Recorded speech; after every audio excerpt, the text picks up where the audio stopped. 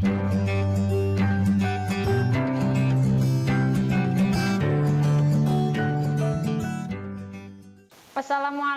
warahmatullahi wabarakatuh. Alhamdulillahirabbil alamin. Assalatu wassalamu ala asrofil anbiya'i wal mursalin wa ala alihi wa sahbihi ajmain amma ba'du. Rabbi shrahli sadri wa yassirli amri wahlul 'uqdatam min lisani yafqahu qawli waj'al li wajhi min ahli ya fattahu ya alim ya fattahu ya alim. Berjumpa lagi dengan Ibu. Kali ini Ibu akan membahas bab 3 masih di kelas 7 semester 1. Bab 3 ini berkaitan dengan tema semua bersih hidup jadi nyaman. Adapun materi yang akan kita pelajari yaitu satu pengertian toharoh, tentang pengertian toharoh atau bersuci menurut Islam. Kedua, memahami dan mempelajari ketentuan tentang toharoh. Yang ketiga, praktek tata cara toharoh. Yang keempat, memahami hikmah toharoh.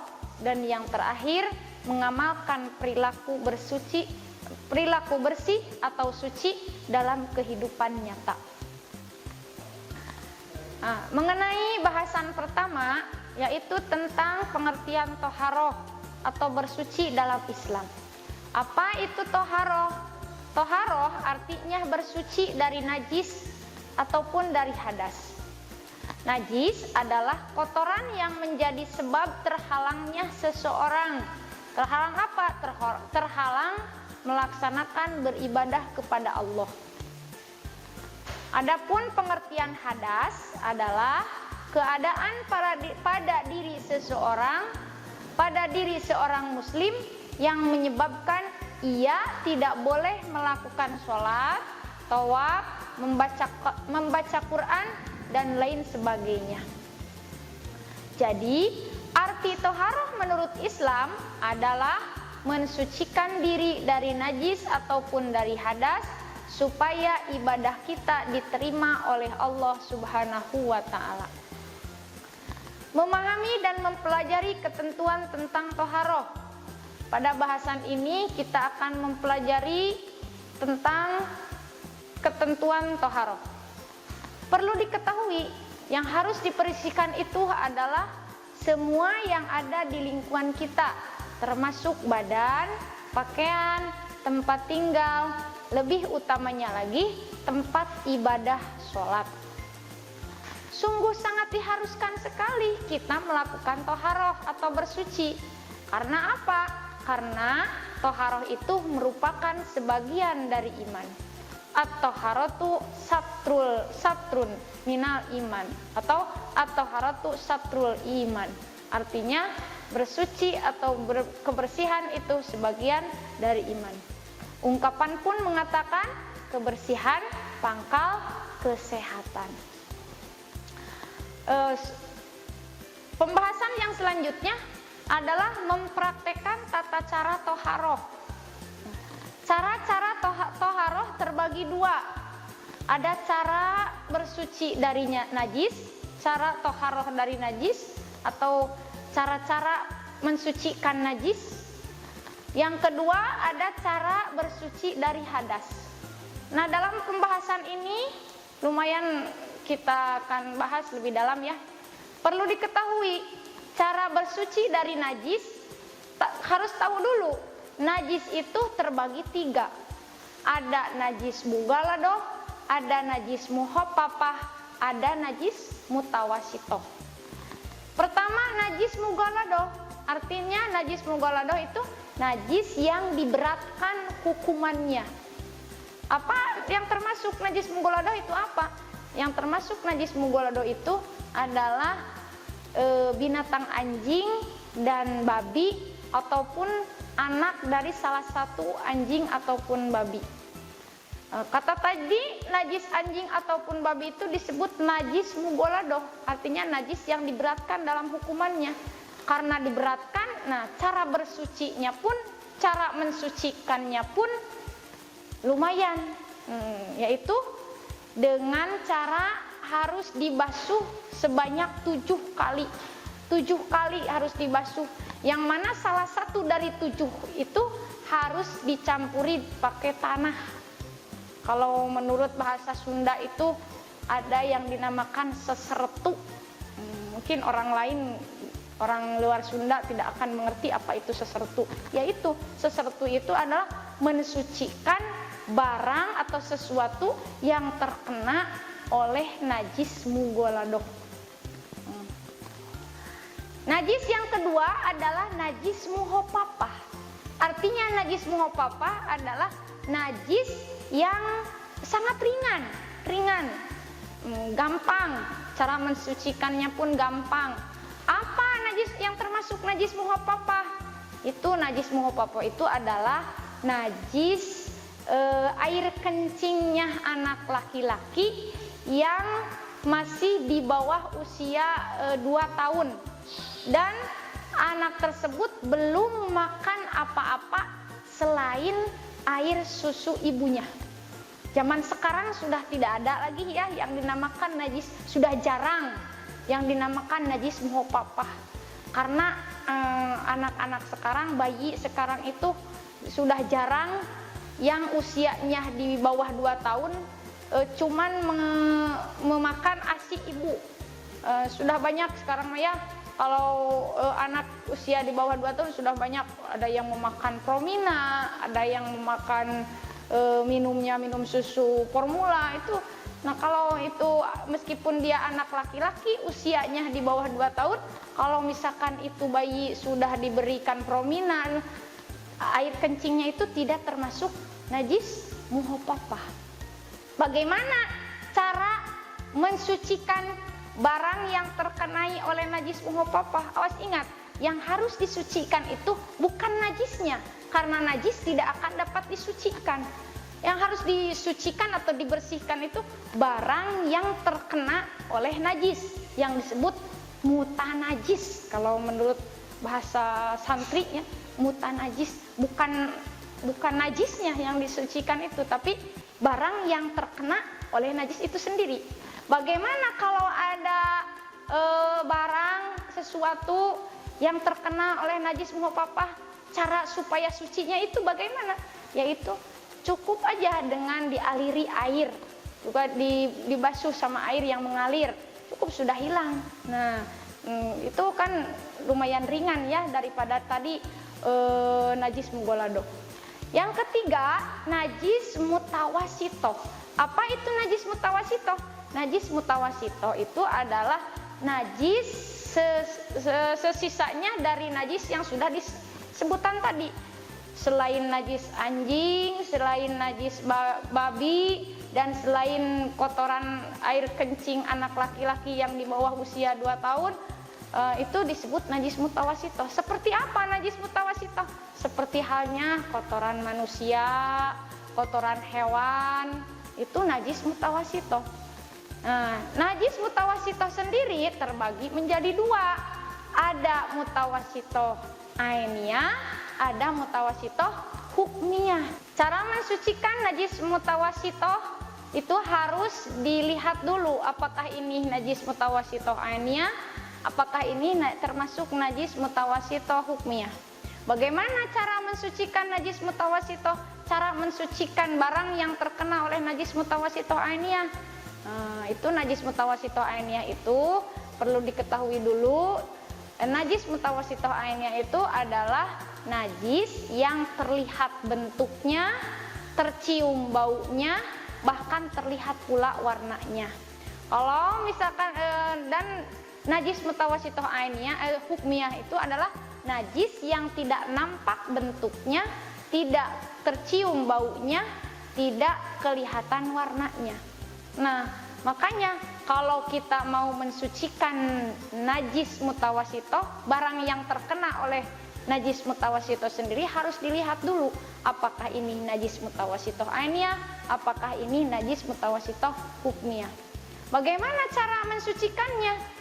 Cara mensucikan sesuatu yang terkena oleh najis mutawasito ainiyah harus terlebih dahulu dihilangkan dulu bentuknya, dihilangkan dulu baunya dihilangkan dulu, bahkan warnanya pun harus tidak terlihat, baru bisa disucikan.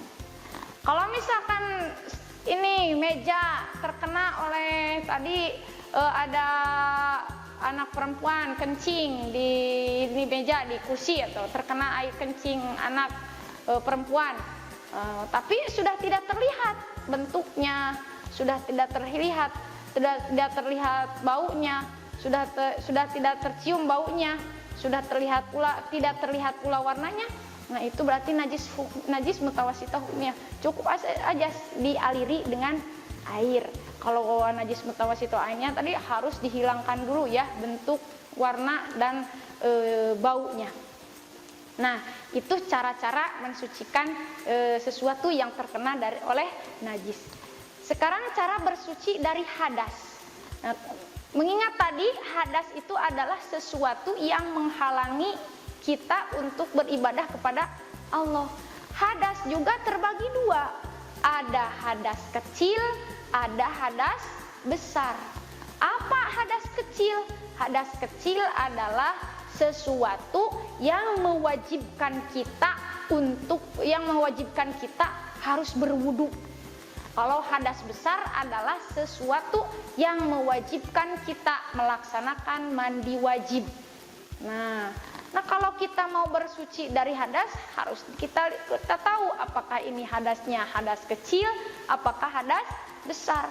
Memang apa saja yang termasuk hadas kecil? Yang termasuk hadas kecil adalah ada sesuatu yang keluar dari salah satu kubul atau dubur.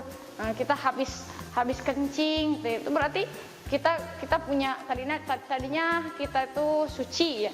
Kemudian kita tuh buang air kecil, berarti kita punya hadas kecil.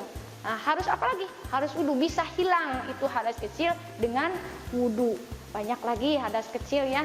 Kalau lebih jelasnya harus dijelaskan. Kalau mau lebih jelas ya di lain hari kita bahas. Bagaimana dengan hadas besar? Kalau hadas besar itu cara-caranya bisa hilang dengan mandi besar, mandi wajib. Gimana caranya mandi wajib? Ya, kalau mandi wajib caranya itu dibasuh dari mulai kepala sampai ke bawah, sampai telapak kaki. Itu harus dengan air, dialiri dengan air. Harus terliputi oleh air ya. Kalau wudu gimana tadi wudu cara menghilangkan hadas kecil? Kalau wudu sudah pada tahu semuanya ya. Permulaan membasuh muka sembari membaca niat wudu, nawaitul wudu'a li raf'il hadasil asghari fardu lillah ta'ala, bareng bersamaan sama membasuh muka. Kemudian habis membasuh muka, membasuh tangan sebelah kanan, kemudian dilanjutkan dengan tangan sebelah kiri sampai sikut, kemudian mengusap kepala, kemudian diakhiri dengan membasuh kaki sampai mata kaki. Nah, yang rukun yang keenamnya adalah tartib. Itu harus berurutan, mulai dari membasuh muka, membasuh tangan, dan mengusap kepala, dan terakhir membasuh kaki. Kalau mandi wajib tadi sudah dijelaskan ya caranya, tinggal dialiri aja semua badan kita dari mulai ujung kepala sampai ujung kaki. Itu cara-cara toharoh. Pembahasan yang selanjutnya tentang hikmah toharoh. Betapa pentingnya toharoh atau bersuci dalam kehidupan kita, baik bersuci dari najis ataupun dari hadas. Adapun keutamaan melakukan toharoh adalah: 1.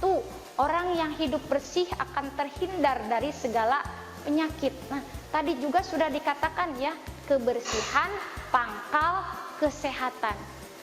Artinya orang yang senantiasa berhidup dalam keadaan bersih akan terhindar dari berbagai macam penyakit. Apalagi di zaman sekarang ya, musim pandemi corona, kebersihan itu lagi booming-boomingnya ditingkatkan. Seharusnya bukan saja sekarang, harusnya dari dulu-dulu juga kebersihan harus diperhatikan. Karena itu kebersihan itu akan membawa kita ke dalam keadaan yang sehat. Hikmah yang kedua Rasulullah bersabda, barang siapa orang yang selalu dalam keadaan suci atau selalu mempunyai wudu, maka wajahnya akan bersinar. Nah, kalau kita menginginkan wajah kita bersinar, rajin-rajinlah berwudu. Gak usah pakai beli make up yang mahal-mahal, cukup aja melaksanakan wudu. Insya Allah dengan izin Allah muka kita akan kelihatan bersinar. Apalagi nanti ya di hari kemudian di akhirat nanti, orang yang rajin wudu itu kan wajahnya akan terlihat. Lain halnya dengan sekarang. Meskipun orang itu sekarang kelihatannya wajahnya itu cantik, bersinar karena make up, tapi sayangnya dia tidak pernah wudu.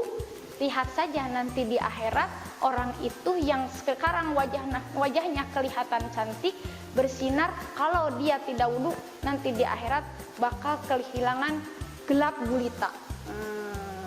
Itu ya. Hikmah yang selanjutnya adalah dapat menjadi sarana agar lebih dekat dengan Allah Subhanahu wa Ta'ala.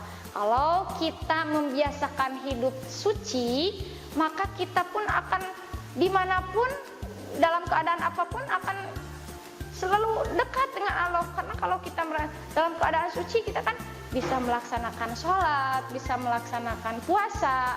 Itu kan sarana-sarana yang mendekatkan kita dengan siapa? Dengan Allah. Nah, hikmah yang selanjutnya, kebersihan akan membuat hidup lebih nyaman. Coba kita bayangkan kalau kita sekarang berada dalam lingkungan yang kotor. Apakah kita mau berlama-lama di sana atau mau sebentar? Pasti kita akan ingin cepat-cepat menghindar dari tempat yang kotor itu. Lain halnya kita berada dalam keadaan yang bersih, pasti akan nyaman sekali ya tempat ini, bersih, betah rasanya gitu.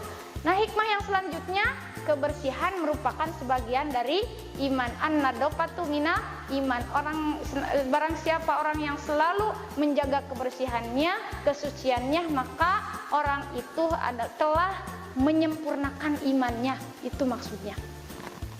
Nah, poin yang selanjutnya, mengamalkan perilaku suci atau bersih dalam kehidupan nyata.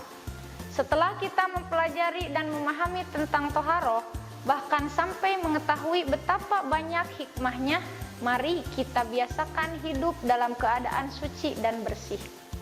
Bukti kita memahaminya adalah dengan membiasakan mandi minimal 2 kali sehari, berwudu sesering mungkin, lebih rajin membersihkan lingkungan sekitarnya, dan lain-lain. Kiranya pembahasan dari Ibu dicukupkan sekian. Mudah-mudahan ada manfaatnya, khususnya bagi Ibu sendiri, umumnya bagi yang menonton semuanya. Ditutup dengan doa, Rabbana atina fid dunya hasanah wa fil akhirati hasanah wa qina adzabannar. Akhirul kalam, assalamualaikum warahmatullahi wabarakatuh. Kunjungi sosial media lainnya seperti website kami di pkbmalfata.com, Facebook PKB Malfata Mananjaya, Instagram PKB Malfata Official. Dan terima kasih telah klik video ini. Jangan lupa like, comment, share, dan subscribe untuk menunjukkan dukungan kamu terhadap channel ini. Enjoy the video PKB Malfata.